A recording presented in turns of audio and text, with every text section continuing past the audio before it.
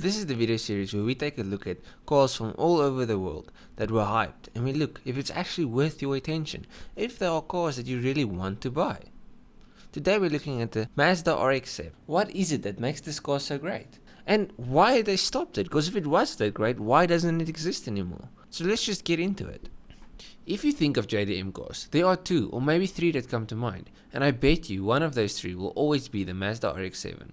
The RX7 Rotary stole our hearts, with the sound it makes, with the way they look, with how they drive, and even if you've never seen an RX7 in real life, I bet you know of it, and maybe have even driven it. Kinda, sorta. Not really, but I mean the car was in every single video game.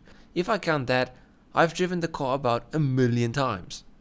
And with movies like Fast and Furious and the show like Initial D, the car has no choice but to be famous, in a sense. But why did they choose this specific car for the movies and the show? The Mazda RX-7 is famously powered by a rotary engine, instead of a normal combustion engine. What does this mean? Where a normal engine will work with pistons that move a crankshaft, a rotary is an oval-shaped block, and a triangular-shaped rotor in the middle, which spins a crankshaft. But the difference comes in that rotaries weigh less than combustion engines, take less space, and make more power per liter, and even revs higher. And because of all of this, they could fit the engines in small sports cars like the RX-7, and they could fit the engine behind the front axle, helping with weight distribution, which made the car more sporty in the corners. Only problem was that they didn't make a lot of torque, but that's easy to solve. Mazda just slapped 2 turbskis on it and voila, one of the best cars ever to grace the earth. But if the rotary is such a great engine, why isn't there a new RX-7 or a new RX-8? Well, the engine does have a few problems, unfortunately.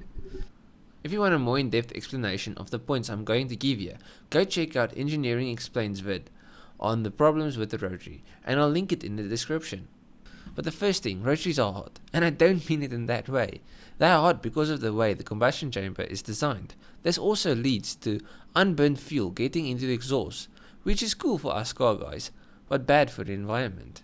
Another problem is the fact that rotaries burn oil, and they are designed to do that. But this leads to more problems. Number 1, your oil levels drop faster than a teenage boy's grades when they learn of the internet. And number 2, even worse, emissions. And with today's emission laws, that just isn't acceptable. And on top of all of that, they were quite heavy on fuel, even in comparison with larger engines. Car Throttle had a comparison on their website of the RX-7 versus the Corvette, and the V8 Corvette had more power, a way bigger engine, and was still lighter on fuel. So yes, the RX-7 had a few problems. I say a few, they're quite a lot, but just look at it, it's beautiful. If you have ever watched How I Met Your Mother, Barney has a crazy heart scale. The car has something similar, and because of how awesome it is, the problems fall into the acceptable range. So how can a car that has so much problems be one of the greatest JDM cars of all time? I think with the RX-7 it's a little bit of everything. The way the car sounded was unique and awesome. The way the car drove because of how light it is. The way the car looks. I mean, the RX-7 is still one of the most beautiful cars on the road today, and it's been like 20 years.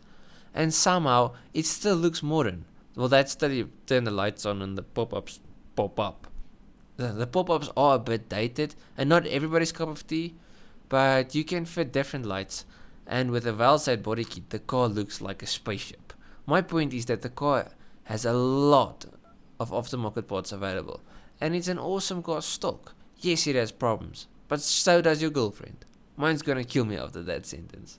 But whether you like modded car or stock car, the RX-7 is awesome and is sure to grab attention at any car meet, even just among normal people. P.S. Don't V8 it, please. Yes, it will have more power. Yes, it will have less problems, but it will lose character. It's part of the personality. She has some problems, but stick with her, because when things are going great, it's flippin' amazing. So after weighing up the pros and the cons of the RX-7 and careful consideration, I will give the RX-7 a seriously lit distinction. And if you guys enjoyed the video, please leave a like and subscribe to the YouTube channel. I'll check you guys in the next one. Cheers.